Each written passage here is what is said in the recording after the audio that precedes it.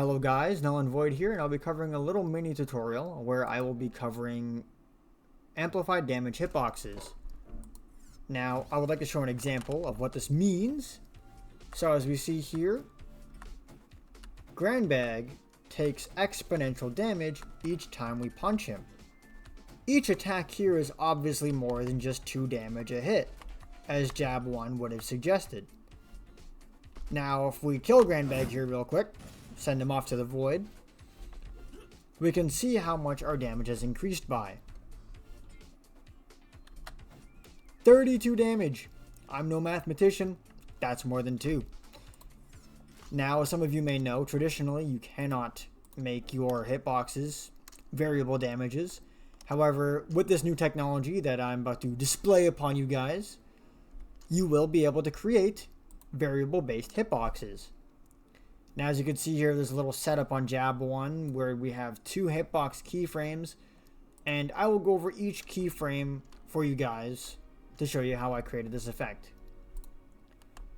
So, to start, I'm going to start from the Edit Hitbox tab and move down before we cover any of this. As we see here, this hitbox does 2 damage flat, and based on the demo, we saw we were doing 32 damage, more than 2. Next, the knockback values, knockback scaling, launch angle are all 0. I've turned off the volume on this attack and removed the hit effect of this attack. Finally, I have checked off the grab player attack. Now, if we notice, some may think grabbing the player means that this attack will bypass blocking opponents. This is not the case. In Smack Studio, if you create a grab player hitbox, but do not turn on the ignore shield button, the grab will not go through shields. Now we'll go into the actions menu here.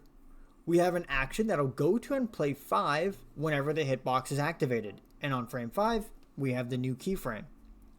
Next, we have the launch grabbed players action, which is activated whenever the hitbox is activated. That will deal strengthen variable damage. Next, we have a clear player hit flag. Finally, we'll take a look at what this strengthen variable is. We'll go up to the top left in the variables tab here and look. Strengthen is an integer that deals 0 as its default value and resets on death. Now, how does it do more damage if it is only 0? That's where the fun part comes in. We'll go into the events tab for this, and as we see here, we have an on attack hit other event, meaning every time we hit an attack, something will happen.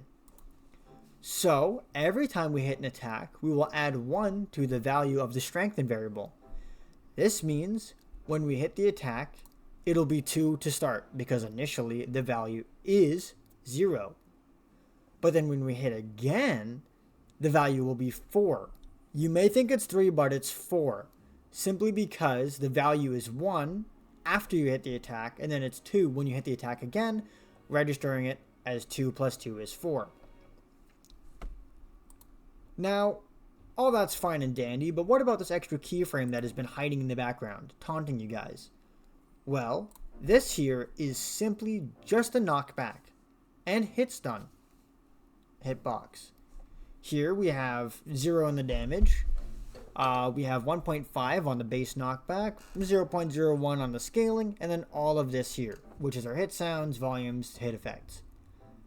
Now we have the grab players turned off here. We don't need it on here, as this hitbox is mainly to deal knockback and a hit stun where required.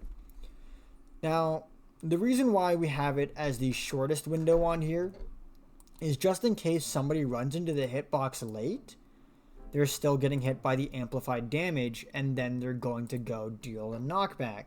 You do not want to hit somebody and deal 0 damage. You want to deal damage, obviously. So that's all there is to this. That's all of it out of the way. If you have that set up, you'll be able to do amplified damage each attack. Now, you can add this into any system you have. You can add this to timers. You can add this to if you get hit by attack. This is universal, very flexible. You can use it in any way you want.